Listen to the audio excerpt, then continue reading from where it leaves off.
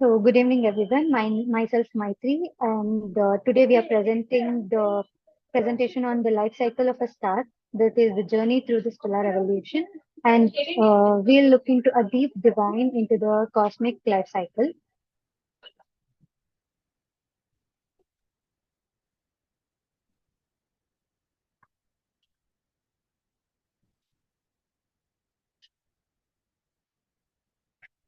So, starting with the stellar evolution. Stellar evolution involves the transformation of stars over the period of time and through the specific stages, and its formation in the stellar nebula until it ultimately becomes a white dwarf or a neutron star or a black hole based on its initial mass. This transformation is fueled by a nuclear mass also, and investigating this transformation is like it is fueled by a nuclear fusion occurring in the star's core, which this generates the energy. And through this process of fusion, stars create the materials essential for the formation of planets and life. When massive stars reach the end of their life cycle, they explode into a supernova and scattering the elements into the solar system and universe with the foundational components for new stars, planets, and possibly the life. Additionally, if we say that stellar evolution aids astronomers in understanding galaxy formation and determining the universe's age and examining extreme physical conditions, thereby enhancing our understanding of the cosmos and its history.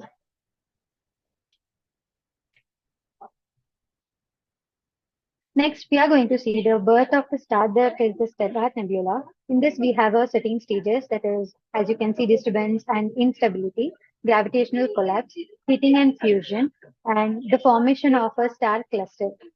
So, if we see disturbance and instability, an event nearby, such as the shock wave from a supernova explosion or the gravitational pull of a passing star, this can disrupt the nebula part, and this disruption leads to the certain areas within the cloud uh, clumping together and becoming denser and denser.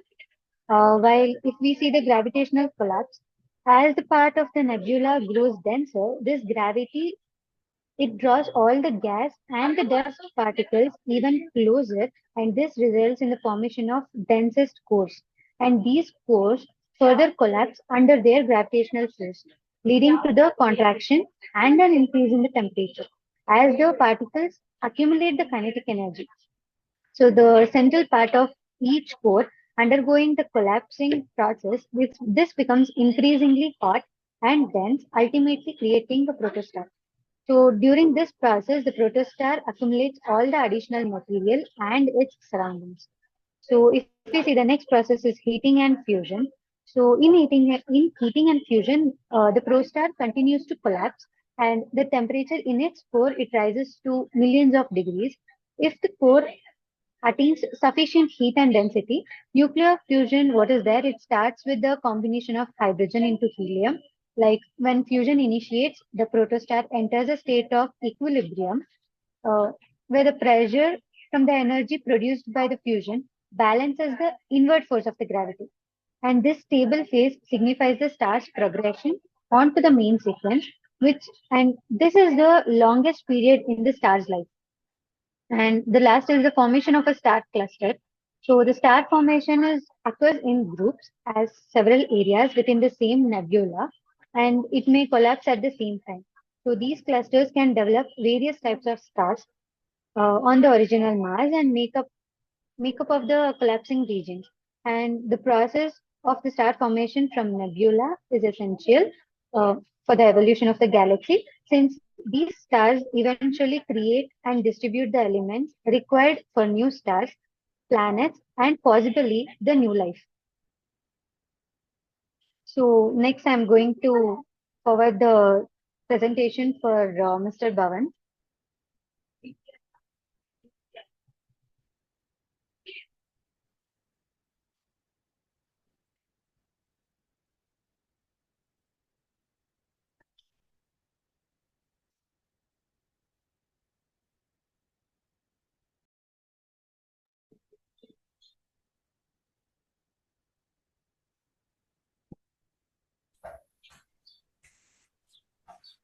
Fate of low mass stars. In the large state of their lives, low mass stars undergo a fantastic transformation, eventually ending as planetaries. Nebula and white dwarf.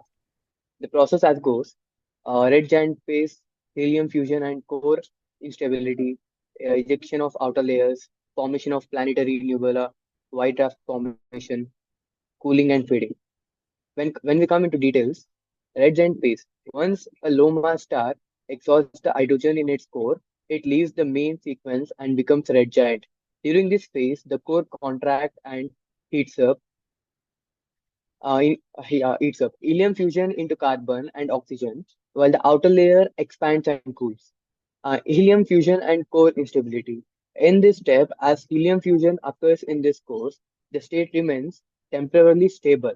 However, this phase is shorter than the main sequence phase. Eventually, the helium in the core is also depleted and fusion causes the the core the core unable to sustain further fusion due to its low mass contracts further while the outer layer become increasingly unstable. In the stage of ejection of outer layers, without fusion pressures to support it, the outer layer of the star gradually pushed away by pulsations and stellar winds, drifting off into space. This ejected material forms an expanding shell of gas and dust around the star, creating a planetary nebula. In the fourth step, formation of a planetary nebula, the exposed hot core emits ultraviolet radiation that emulates the surroundings gas, causing it to glow in different patterns and colors. This illuminated shells of gas is called a planetary nebula, which is visible for tens of gases is called a planetary nebula, which is visible for tens of thousands of years before disappearing into space. When it comes to the white dwarf formation, left behind is in the dense, hot core now called a white dwarf. A white dwarf is a very compact object made primarily of carbon and oxygen and is only about the size of Earth. It consists roughly of the sun's mass. It no longer undergoes fusion, so it gradually cools and fades over billions of years. In the stage of cooling and fading, over time, the white draft will radiate away its residual heat and eventually become a dark black dwarf through the universe. Is not yet old enough for any black draft to exist. This transition forms a red giant to a planetary nebula and then to a white dwarf, marks the final quick stages of law. The low masses star life, while modest compared to supernova, this process is essential for recycling stellar material back into the interstellar medium, ensuring it with elements that further stars and planets will form from. The fate of high, uh,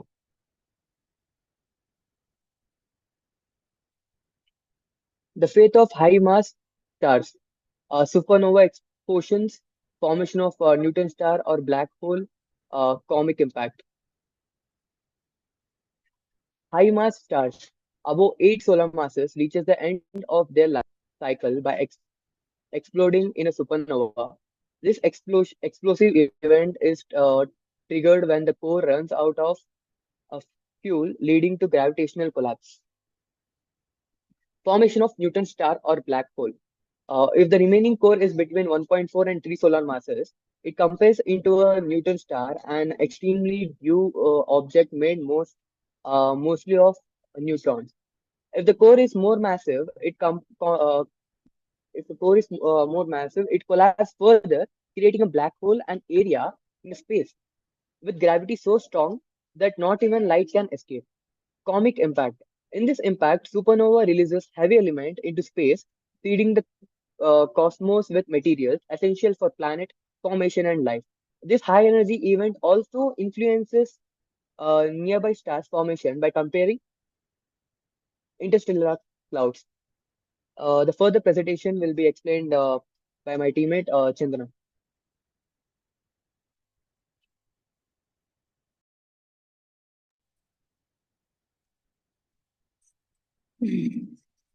Hello. Yes, Okay. Hello. we can Uh, listen. yeah. So I'm Chandana, and Hertzsprung-Russell or HR diagram. So the topic is this, and stars on the main sequence are plotted on the HR diagram, showing a relationship between their luminosity and temperature. Most stars, including our sun, spend the majority of their lives in this stable stage on the main sequence. The main sequence is vital for stellar stability as it allows stars to sustain themselves for long periods, providing a steady output of energy that fuels planetary systems and enables the information of life supporting environments around some stars. And the next topic is red giant phase. And this one has, like when a star exhausts the hydrogen in its core, it can no longer maintain the hydrogen fusion process that balances gravitational pressure. This marks the end of its main sequence phase and leads to significant changes. So there are a few steps that takes place in this process. First one is core contraction and temperature increase. With no hydrogen left to fuse, the core loses the outward pressure from fusion energy, causing gravity to compress it further. And then in the next step, hydrogen shell burning. As the core contracts, temperatures in the layer just outside the core become hot enough to ignite the remaining hydrogen in the shell surrounding the core. The hydrogen shell burning produces energy and creates an additional outward pressure pushing against the outer layers of the star. Expansion into a red giant or supergiant. The combination energy from core contraction and shell burning causes the outer layers to expand significantly, making the star much larger and cooler at the surface. As a result, the star becomes a red giant. And then next comes the helium fusion. In helium fusion,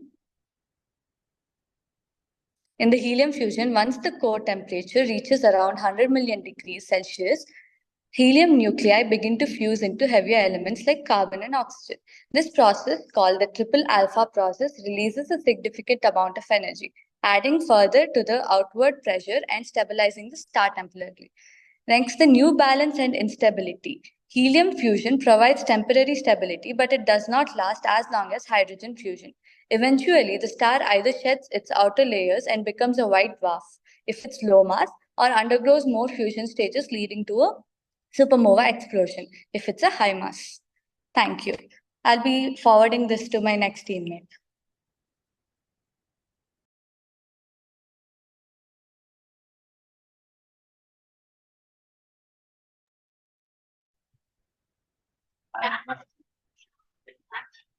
Talking about supernova explosion, where explosion and collapses happen. The supernova process begins when a massive star collapses or undergo under gravity after it's run out from a nuclear field. This collapse causes a shock wave that triggers a powerful explosion releasing a huge amount of energy. The energy released in a supernova explosion is a requirement to the output of a billions of the sun, briefly outshining the entire galaxy. This energy releases is not only intense, but also drive the expansion of the star outer layers into the space. By supernova explosion, creation of a new elements formed.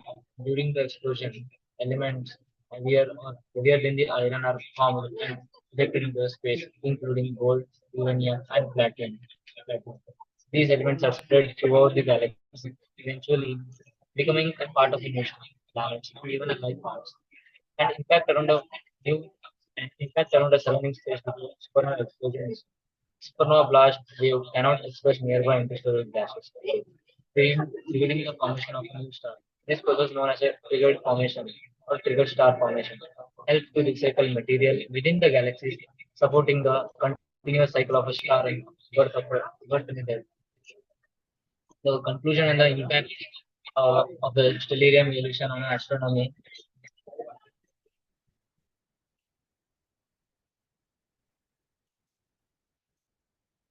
Stellarium evolution. The life cycle of a star from the birth to the death. profoundly shapes our understanding of the universe. Stars are fundamental to the cosmic ecosystem, influencing everything from the galaxy formation to the origin of the elements. Here are some key takeaways. Formation of the elements. Through nuclear fusion, star produces elements heavier than the hydrogen and helium. Massive star, upon their explosion, death in supernova scatter these elements across space, seeding new stars and planets. This process is essential for the existence of a life as it provides the chemical diversity needed for the complex material matters. And the second key point is influence on a galaxy evolution. Stars, especially massive ones, impact galaxy evolution. Their radiation, winds, and eventually explosion space surroundings gas clouds, and triggered the formation of a new stars. This recycling of a material allows galaxies to evolve over billions of years.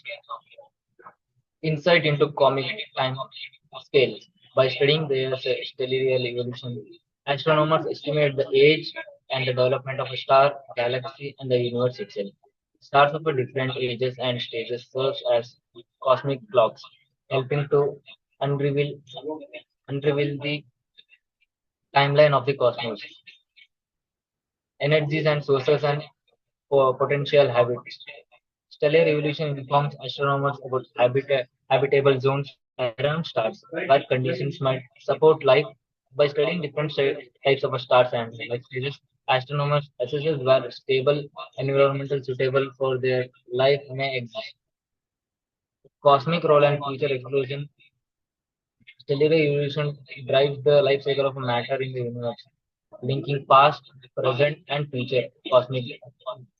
Future astronomers studies a star, particularly in early galaxies environments, promise to expand our understanding of cosmic ecosystem and offers insight to the conditions that may life support elsewhere. Thank you.